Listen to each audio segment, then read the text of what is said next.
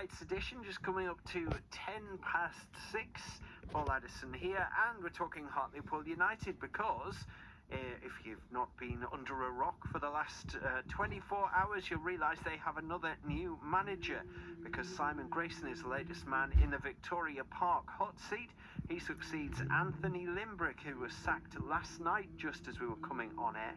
Well, I spoke about this to our Pools commentator Rob Law earlier. Anthony Limbrick was let go yesterday around about 6 o'clock, just as we came on air for BBC Radio T Sport. It was announced that Pools and Limbrick had parted company, and then about an hour and a half later, the club announcing that Simon Grayson had taken over as manager. I thought the wording was quite interesting, not head coach, but first team manager. So Simon Grayson, it will seem, will potentially have maybe a tighter grip on things than Anthony Limbrick was able to in his role as head coach. So Simon Grayson comes in, and he is the man to try and lead Hartlepool United forward, and is tasked with the challenge, of course, of trying to get them out of the National League and back into the Football League, which, as we all know, is a lot easier said than done. Certainly is. And just before we move on to Grayson's pedigree, Anthony Limbrick has released a statement following his departure. He has. This afternoon, he says, "I'd like to place on record my thanks to the players, the staff and supporters of Hartlepool United after my departure yesterday." He says, "It's been a privilege to work for such a passionate and well-supported club, one in which I was fortunate to have the opportunity to learn about the town and the people. During my period at the club, I will remember some of the good times, including the great win in the derby against Gateshead and being unbeaten at the Vic for the last 5 games of the season, winning 3 of those games in a row at home." He says, "I wish everybody associated with Hartlepool United Football Club all the best for the future." And in that statement, he mentions that win over Gateshead, which felt like a real turning point for him at the helm. And yesterday, I think there was a real mixture of course, frustration, but I think a little bit of sadness as well. Frustration over how he was, perceived to have been treated by the football club. A little bit of frustration that he wasn't given the opportunity to lead the team for the forthcoming season. A real chance to put his stamp on it.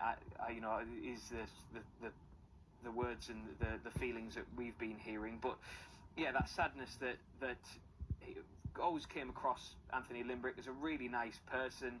I don't think anybody would doubt that. There was, of course, a little bit of, I would say, of a split over whether he was the right man for the job amongst the fans, but he looks for new employment, and as we say, Simon Grayson is the man to pick up the baton, if you like, and try to take it forward. Yes, and I think you're right, and I echo that as somebody who interviewed Anthony Limbrick on a good number of occasions while he was in charge of Pools. Whatever you think of him as ultimately a head coach, a football manager, whatever you want to call him, I think he was always very interested in the town of Hartlepool, in what was happening and all of that. So we wish him all the best. On a human level, really, was always very honest and open with us when he would chat to us, and I think that has come across as well in his interviews he did do with us, and some of the messages from some of the Pools fans that we've seen over the past couple of hours since last night and the news of his departure. So we wish him the best, and we also wish Simon Grayson the best as well, because he's got something of a job on his hands. But before we get on to that, just tell us a bit more about him. He is a well-known figure in football, but refresh our collective memories on what he's achieved. Yeah, quite well known within the North East as well. Had a time at Sunderland, albeit a very short spell. But he's no stranger to the North East. Born in Ripon, grew up around North Yorkshire as well. So there is that sort of link to the North East, if you like. He's not a manager who comes in not understanding the passion around North East football and all of those sorts of things, which constantly we're reminded by new managers or players who are born and come from the area, just how passionate it can be and how different an area it can be to manage and to play football in. But of course, as a player, he made his mark, but as a manager, had success initially with Blackpool, managed to get them promoted to the Championship, as he did with Leeds United, Preston and Huddersfield. His last promotion was with Preston North End via the League One playoffs back in 2015, so 10 years ago now was the last time he got promoted in English football. But then those shorter spells with Sunderland and Bradford City, and then his name had always come up, Paul, I'd say in the last few years. Whenever there was a vacancy at Pools, Simon Grayson's name was always linked, and I know the club, I know Raj Singh had said as much yesterday in his statement, that there was times previously when Simon Grayson was Raj Singh's number one pick, but for whatever reason it didn't work out.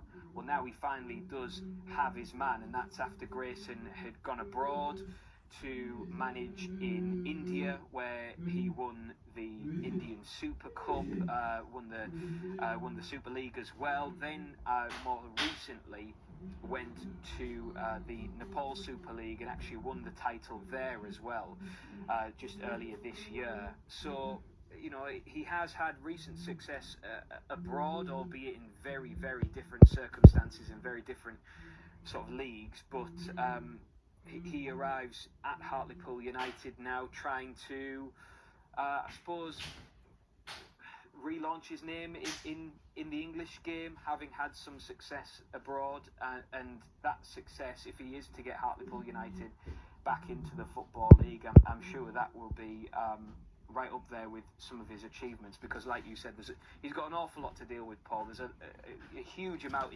in his in tray, I'm sure, already, and time is ticking. There's about just under a month now before the first pre-season friendly, and we currently have about 10 players under contract for the forthcoming season, so there's a lot of work to do both on and off the pitch for him.